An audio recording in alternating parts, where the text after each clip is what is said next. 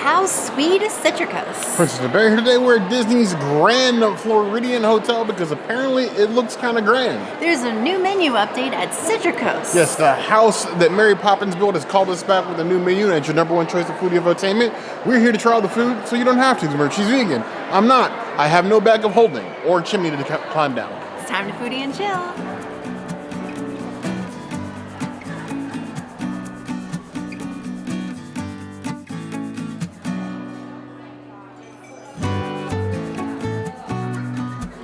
So the bread has been updated here at Citricos. You have a brand new table bread. This roasted cheddar rolls here. So they do have dairy in them.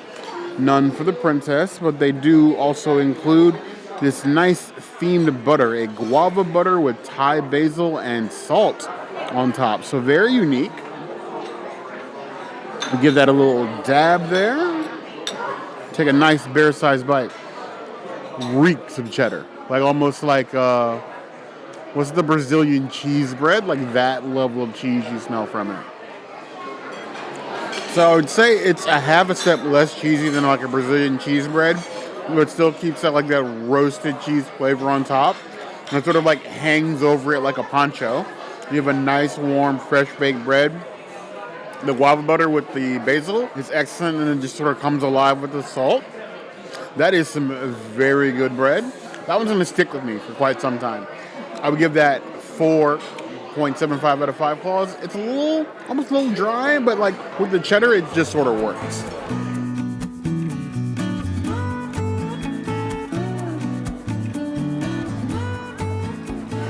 The new bread service is not vegan, but they do have a vegan sourdough if you ask for it special. And then, of course, there is the Chef Mike bread for the gluten-free friends. This is toasted and perfect and beautiful. And who doesn't love a Grand Floridian bakery anything? Let's get in on this bread action with some gorgeous earth-balanced butter. And then, of course, the gorgeous bread. Like, who doesn't love a beautiful bread and butter? Cheers. That is a true sourdough. If you could ever say sourdough, by definition, that is sourdough with the earth balance. It is incredible. It is fresh. It is warm. It is crispy. It is everything that I want from a bread and more. This is one of the best bread services at the Grand Floridian at this point. I love it. I will give it a 5 out of 5. It is a Princess Cities item. Ask you for the sourdough bread. We enjoy a nice sourdough. We love bread, period. We probably love bread too much. Because, you know, bread makes you fat, allegedly. And a little bit of earth balance for the princess. Tons of earth balance, because I think they know by now that she will murder some earth balance around here. Tons of it. That feels fresh from the hearth. I don't know if they have a hearth here, but it feels like something that would fit. Like old-timey tavern, fresh from like the stone. Crispy, warm, fresh, that powdered sourdough. It's great. No notes. 4.5 out of 5 claws.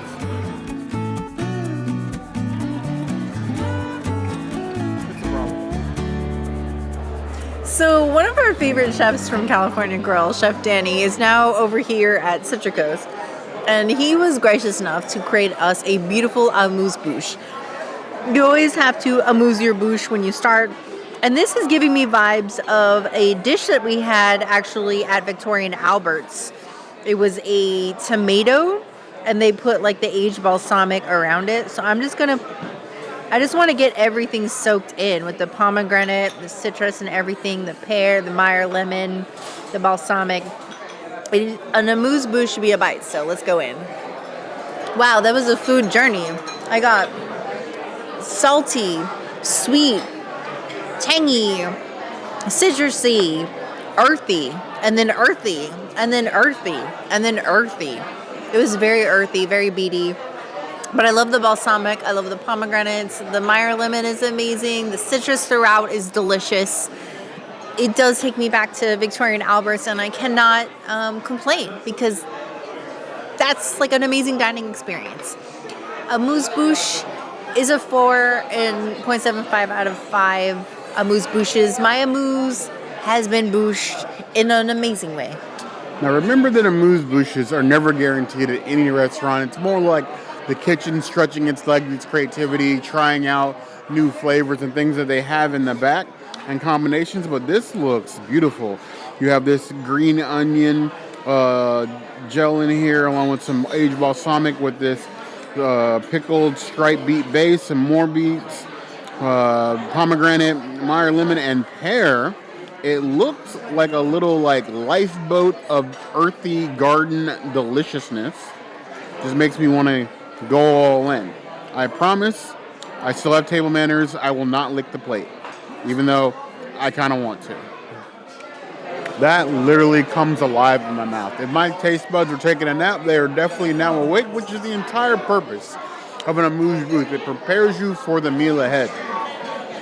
And definitely the flavors of citrus are things they are known for here at Citricos. They are hitting on all cylinders. That is tasty. Pomegranate especially, I was concerned about, but it actually gives a nice texture that goes well with the beets. Earthy, tangy, sweet. A little bit of salt, no complaints. That is a 5 out of 5 clause. Always amazing. Culinary team here at Floridian, they love to do fun things. And this is foodie fun.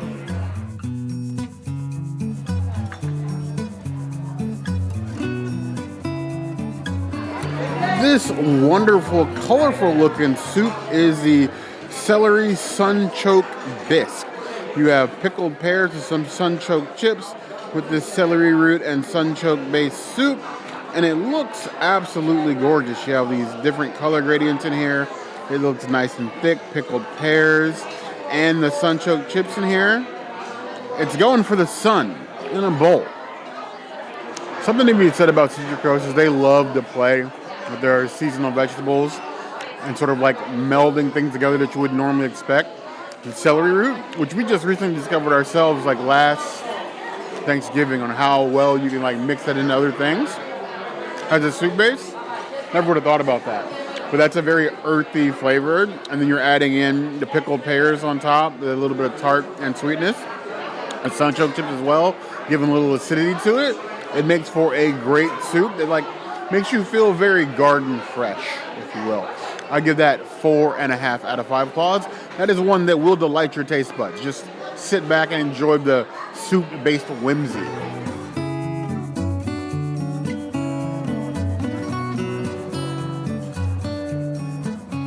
Here we have the hen of the wood, the only mushroom I have ever had that actually tastes like chicken. And this is probably the most amount of hen that we've ever received. The best part about this is the sauce. So you got to get like some of the sauce sopped up in there. And then you can do the whole thing together. This is like literally the way. It is so good. And this is the best version of mushroom I've ever had.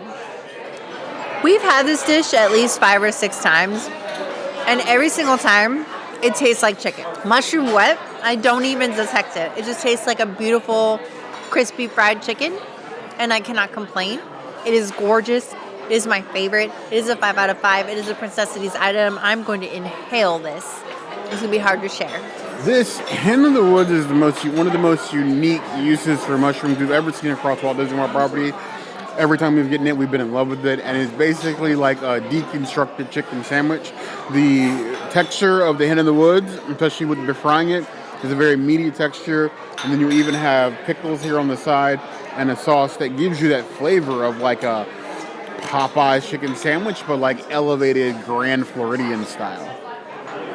And the truth of the matter is I would take this hen of the woods mushroom over like a Popeye's chicken any day of the week, but being who I am, I will never, ever pass a moment to throw dirt on Popeye's name. They're like the worst fast food chicken, and I stand on that hill. I know that I'm attracting a lot of haters with that statement, but churches exist, so why would I go to Popeye's? That is delicious. It's still a 5 out of 5 claws on the Bare Necessities list. Vegan or not vegan, I don't care who you are, you need to try this specifically, this mushroom.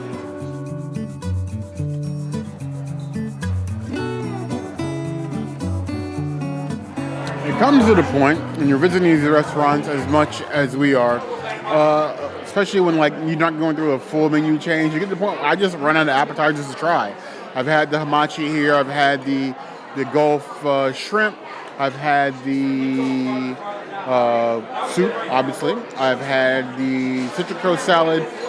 Not many things here I haven't had, but what I haven't had is the seasonal salad because the seasonal salads do change. Now, this is their seasonal salad with compressed strawberry. You have a chamomile-infused goat cheese, and then you have these wonderful greens and seeds on top with a bacon vinaigrette. So exciting. Strawberry, bacon, chamomile-infused goat cheese. What could go wrong?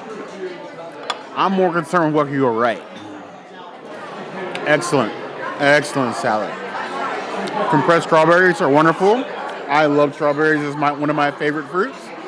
So obviously I was going to be in love with this. I love goat cheese. The chamomile in the goat cheese gives like a very light, like airy flavor. You're getting like hints of the tea, so it's getting like another layer of complexity and sort of cutting through like the funk that you get from like a goat cheese. So if you're one of those people that hates like that strong flavor of goat cheese, you might like this with that chamomile infusion. As for the bacon vinaigrette, you get the vinaigrette flavor, but it's not really strong. Think about like when you have like think like an omelet or like any sort of like breakfast platter where you have other foods next to bacon and you pick it up and you get like that bacon hint of flavor in everything you eat. That's what the bacon vinaigrette is adding to it. So that with the goat cheese and the strawberry, wonderful. 4.75 out of 5 for us.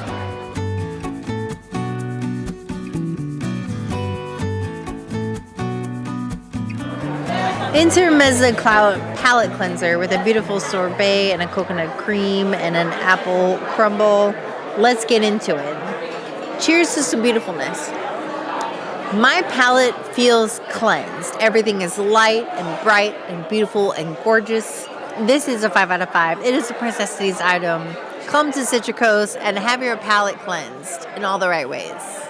You know you have reached peak foodie nirvana when your meals have intermissions. So a little like sorbet intermission, this berry sorbet with the coconut cream and the apple streusel. We love that. It's probably the first time in my life I haven't balked at a use of coconut cream. Me and the princess would never use coconut cream at the house. We literally avoid any sort of like plant-based product that has coconut as like its main base because normally we hate them. Hates them, like Gollum style. But this is amazing. I think it's definitely the sorbet that sort of like takes over, and it's like mixing a fancy fruit with yogurt almost. I would give this a 5 out of 5 plus. It's delicious. Honestly, I could do this for like a straight dessert. Just a single scoop with no problems.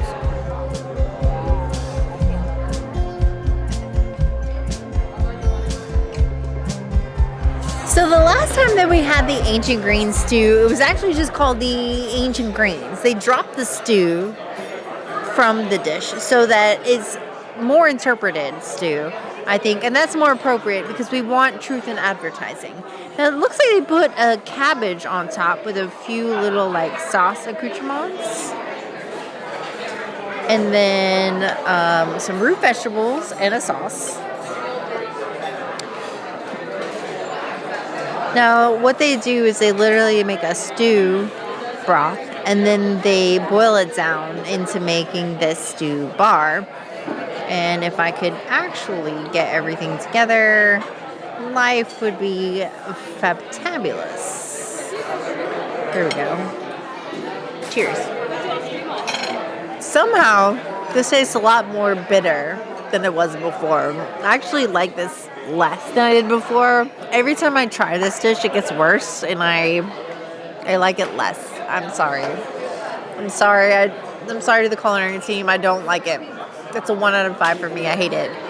Actually, I can't say I hate it. I just really, really, really, really don't like it. Please change this dish. I don't like it. I don't like it. I don't like it. I've always appreciated Citricos' desire to do something different. In a hotel with so many like top tier restaurants, it makes it very hard to stand out. And the difference between them honestly isn't as vast as you think, unless we're talking about Grand Floridian Cafe for dinner. That belongs in a whole different hotel. But everything else, here, very, very close in quality. The service is always excellent. and the culinary team's desire to challenge themselves and do something different has always been immaculate. To the moon, almost. This has got to be one of the most challenging plant-based vegan dishes that we've had in the duration of this channel. We've had some weird ones, but this one is just the ancient grains. Like the princess said, it used to be called the ancient grain stew, but you basically get what amounts to a root grain bar with some quinoa, some pureed root vegetables, and then some more root vegetables roasted on the side. So I guess an easy way would be to say like root vegetables 3 ways, but like it's like a reduced stew is basically the point here. I really feel like even to be like a manageable dish, you need to get equal parts of the puree and the roasted carrots in there to sort of everything out. There's some kale in there as well that'll help with that. But that probably adds a little bit to the bitterness. I appreciate what this thing is trying to do. I know, given the fact that it was originally presented to us as a stew, and then you have like sort of like this quinoa bar, it comes off like a quinoa granola bar on a plate with pureed and roasted veggies. And that's not really a good place to be at a casual dining restaurant. It is interesting. It is one of the like most avant-garde, we're going as far away from alt meat as we can dishes. But if it's a challenge, my taste buds fail me every single time. I give it 2 out of 5 claws.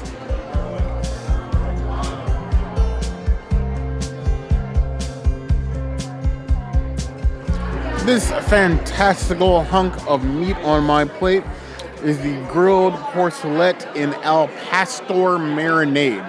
It is a mouthful of a name, even for a signature dining restaurant, but basically what it amounts to is a grilled pork chop that's been marinated in al pastor, but then you have an almond sort of crust on top, and then a nice chocolate mole to go on the side with a little bit of like green sorbet, and then some reduced cabbage over here in the mole sauce. So we're gonna go ahead and just try this hunk of meat by itself first. Now I've had pretty much every entree on the menu except for this and the chicken roulette. I asked the server, she recommended this. So I am trusting our team members because they have rarely ever led me wrong. You can definitely taste the al pastor marinade sort of come in through the bite. It's a nice, well-grilled, smoky piece of pork chop. Very tender, doesn't require much to chew. It's not a mouth workout. But as a base for what's to come next, that's fairly decent. I give that 4 out of 5 claws. Now let's go back in for more of the pork chop with some of this mole sauce, which is supposed to be the star. And then you have the complement of the green soup base. Dual sauce on a pork chop. The mole is basically like a activation of the pork chop. It springs to life and it starts doing dances on my plate. Now I know that you can't see the dancing, but maybe I'm just hallucinating from how good that actually tastes. The mole sauce is something special. That on the plate, the pork chop itself, mop up every ounce of sauce you can get in every single bite because it is worth it. By itself, it's great. The sauce, it's amazing. It's a 4.75 out of 5 claws.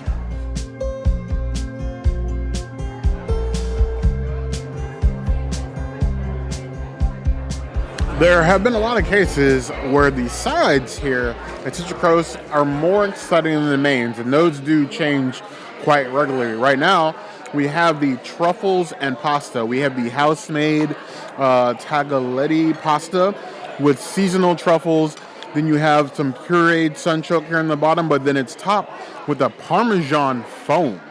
So we're getting extra fancy with our side of pasta over here. It's just like a little roll of pasta. To enjoy with whatever your entree might be, we're gonna douse it as like a firecracker with this foam. If I can get like a smaller piece, maybe. Maybe. There we go. Maybe? No. Fails all across the board. There we go. I need the spoon technique the princess taught me to roll pasta, because I suck at picking up pasta. Well, this is a New York rolled style of pasta that we previously had at Yachtsman Steakhouse. No need to mention them ever again. Not the cast members, just the food. The pasta itself is a truffle smackdown, like a truffle WrestleMania in my mouth, and sort of lends towards my view that truffle has gone overboard. Truffle used to be a rare thing. Now it's like truffle monster truck across my taste buds. I'm not going to disparage kaiju with it, but if this thing showed up in my city, I would roll out the army. That is way too much truffle. But if you love truffle, it's great. The best part, though, is that with that Parmesan foam and the pureed sunchoke, balances that out. So, like, in the end, it's a very good flavor, but that initial flavor is nothing but truffle. If you love truffle, you're going to love this. Not a truffle fan, you might want to avoid it. I would give it 3.5 out of 5 claws.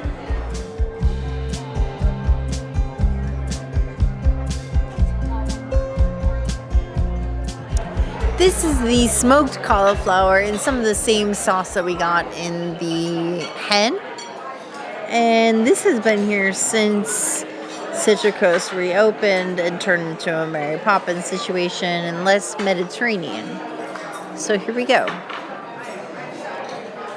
It is smoky, it is spicy, it is tart. It definitely takes you through like the spectrum of flavors eating cauliflower, and I'm not mad at it. Would I eat this every single time we come? Absolutely not, but I have. And I like it. I would give it a 4.75 out of 5 cauliflowers. The char really gives it a bonus. I would call us cauliflower connoisseurs of the smoked variety. We tried it many ways, we've cooked it many ways, and we're always excited to see a new way that Disney's doing it. This is one that we've had before, but it's kind of hard to turn down when we see it on the menu because we love vegetables covered in sauce. A little spice, a little kick, like front of the mouth tongue. Maybe like a 1.5 out of 10 on the heat scale, but it's like that flavor of the heat is what really matters, combined with the smokiness. You're getting, feels like somebody just took cauliflower straight off the grill and threw it in a bowl with sauce, and that is not a bad thing. I would give that 3.75 out of 5 claws.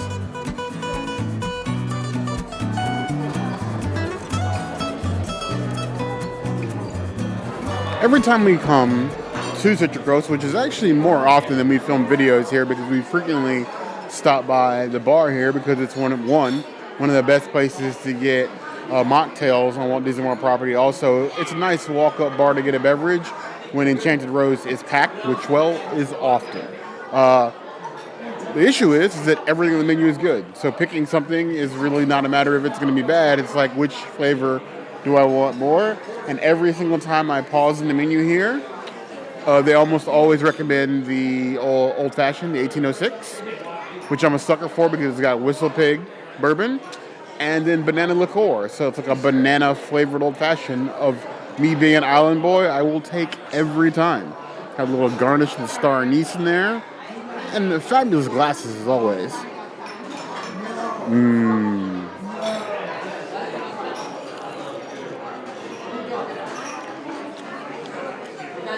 It's quite tasty. It's like a banana, but a little bit of spice to it. A spiced banana old-fashioned. However, it doesn't beat Haleo.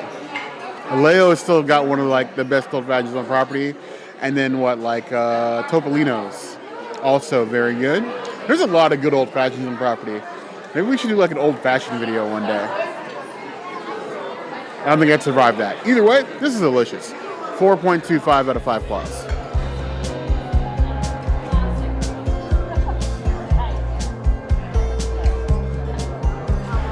Pour the wine on a Chianti.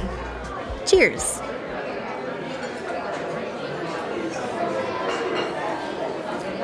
It's a very tart red. It has a very rich black cherry note to it that will pair really well with certain things. I don't know how it's going to pair with the entree and the appetizer, but you will have already seen that at this point, so we'll see. I give it a 4 out of 5 wines. It makes me feel medium fine.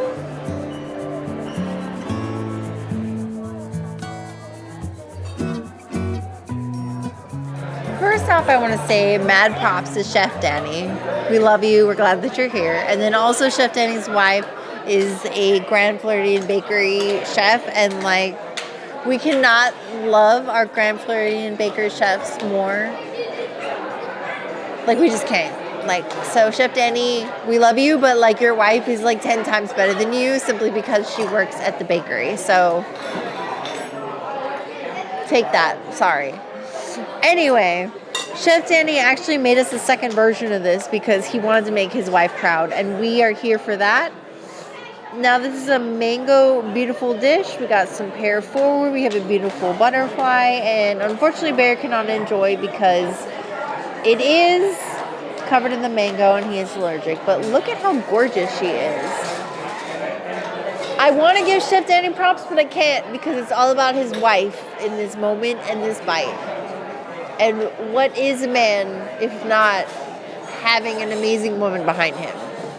Even George Washington had Martha, and there would be no George Washington without Martha. I guess that's where I'm going. Anyway, that is very mango forward, beautiful accoutrements, but everything just kind of resonates with the mango. So like you need the mango in each bite in order to enjoy each piece, and that is amazing. I love it. Mary Poppins will love it. Danny's wife, we appreciate you. Unfortunately, Bear's allergic to mango, so maybe take him into consideration, but other than that, I think it is a 4 out of 5 desserts. I just have to give it minus points because I want Bear to enjoy it with me and he can't. And I want to be, I mean, that's what this whole channel is about, sharing food together. So we can't, then you get minus points. I'm sorry.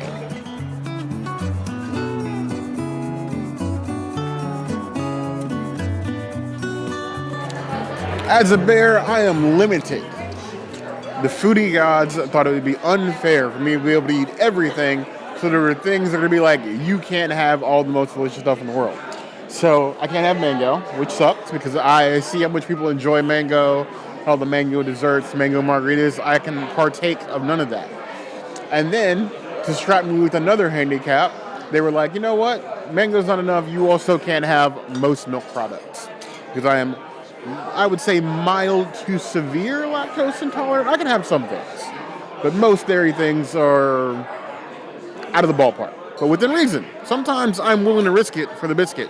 We have this brand new strawberry mascarpone cheesecake with the cut strawberries here, the cream, then it's on top of a banana cake sponge, and then you have some burnt honey cream there on the bottom.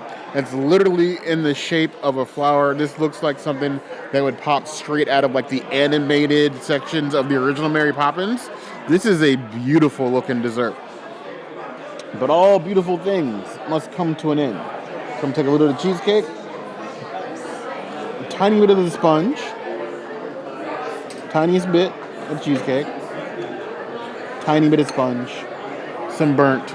I'm going to steal one strawberry. Maybe not. Here we go. That's all I'm doing.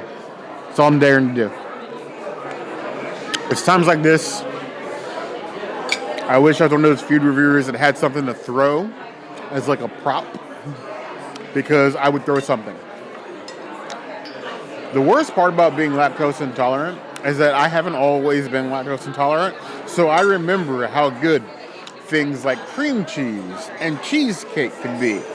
That is immaculate.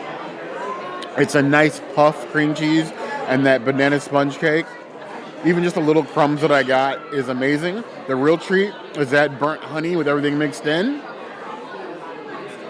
It's like a strawberry beehive cake. I want more, and I can't have any more. I can already feel my stomach doing flips with just that bite. Dang it, man. Well, I'm going to give it a 4.75, and then I'm going to take another magic pill. Citricos is trying to work some magic now. Only because Chef Danny is like at the helm at this point, I feel. I can see what they're aiming towards. So long, again, stacking restaurants at Grand Floridian has been hard to do because there's some great restaurants here. Citricos is not a bad restaurant. It just happens to exist in a world where all the other restaurants in this building exist, which is challenging. So I'd like to see them differentiate themselves, leaning more into what makes Citricos Citricos. Plus, Victoria and Albert's is right here. So, like, I feel like it's one step under Victoria and Albert's. And so, being always in the shadow of that restaurant makes it a little difficult to make things your own. But I think Chef Danny is really bringing some goodness to the table. Yes, I'd love to see what this culinary team continues to come up with, the magic they continue to work. And again, anytime the menu changes, poof, there we will be. Because as your number one choice of food entertainment, we try in food because we want to and because you don't have to. Also, you don't have to. But we want to know what you guys think about Citricos. Is this a restaurant you consider on your reservations? Are you headed to like Narcoossee's? Or would you rather just go to Grand Floridian Cafe? There's even 1900 Park Fair, yes. And there is the Princess's V&A. I can't forget about Victoria and Albert's. Enchanted Rose? Enchanted Rose is a place that people also visit, as do we. Let us know what your favorite is in the comments below. If there's any other place you'd like to see us go, the comments will always be the place to find us. Hit the notification bell if you want to see other videos like this, and we have new videos 5 days a week, Monday, Tuesday, Wednesday, Thursday, Saturday. We'll see you soon. Be sure to subscribe and like this video. And if you don't comment, Bears is going to become a Grand Floridian bear, and nobody wants that. You heard the girl.